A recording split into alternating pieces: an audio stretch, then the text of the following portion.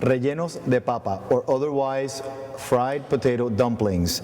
A staple in Puerto Rican cuisine, and something that is more of what you get at home, and something that requires a great deal of artisanal value to achieve it correctly. In a way that we can propose it for you to do it and you can achieve certain uniformity, we've come up with a method using an ice cream scoop and the potatoes as provided for by the book, and also the same meat stuffing. Traditionally they're made with meat, but as with the other things that we're stuffing throughout the book, it's all up to your creativity and some of the other elements that we provide that you can use as well.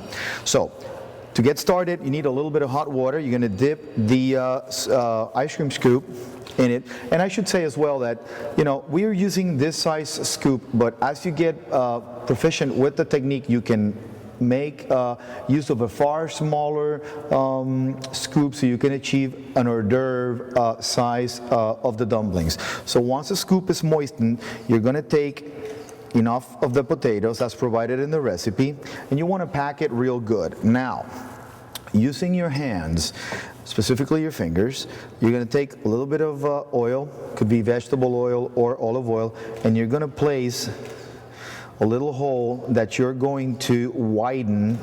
And you see how I'm working this just to create a little, actually more than a little cavity, okay? You can see that there, okay? And now we're going to take butter cream cheese. This is not part of the traditional recipe, but it's something that my mother used and I greatly love, so I'm incorporating to the recipe. Now we take a little bit of meat, put the meat in there, stuff it in there. Maybe if the cheese is a little bit too big, just got to pinch a half of it, and it's just a hint. It's nice and rich. Now, you have this part already done. Now you're going to take very carefully and work the spoon. So, see how it comes out like a scoop. Now you're going to place this in the palm of your hands, and this lip of meat, or I'm sorry, the lip of potato, you're going to start folding in. Just like such. Very tender, very careful. Okay, now that you have the whole thing sealed up like that, you're going to roll it into a little ball. And this is how you're going to make very even-sized rellenos de papa, or otherwise fried potato dumplings. Okay, let's make it. Once you have it, see how it's beautiful? Let's make one more. And it goes like this. Important, let's go into the water. Maybe you want to work that work the action of the scoop so it's nice and moist. Pack the potatoes nice against the wall of the container. Okay. Once we have that, we dip our fingers in a little oil, place some of it here, and we start sort of working our finger in there in a way that it brings out the potato on its sides. Once that's achieved, making sure you don't go all the way through. Okay, clean our fingers up. A little bit of meat. And remember that, this is like any of the other recipes. As you start working it, you'll find out exactly how much you're going to need, how far can you go. Then we're going to push the meat inside, and a little piece of cheese. One more time, hold this in here. Now you have the scoop out. Very carefully start folding towards the inside, making sure that the potatoes are completely covering and none of the stuffing is exposed. As if it does, what will happen is it'll be the point of entry for the fat as you fry, and that's exactly what we don't want.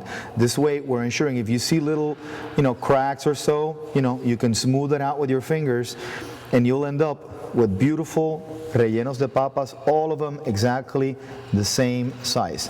Now, before you would take this to the fryer, take a little bit of cornstarch and, make sure it's all spread out. It's a funky texture, that of cornstarch. And essentially what you're going to do is you're going to roll them. Okay, you're going to roll them. And this is going to provide for an additional bit of sealing. And you want to make sure that they have a nice coating, but that move them around your hands in order to free them from excess.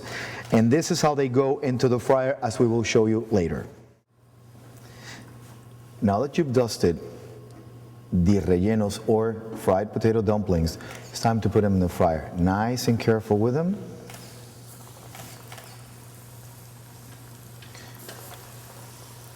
And from time to time, you may have to move them around just to make sure they evenly brown around. It could be, and it's perfectly okay, that it'll have darker spots of where the dumpling sat in the frying process.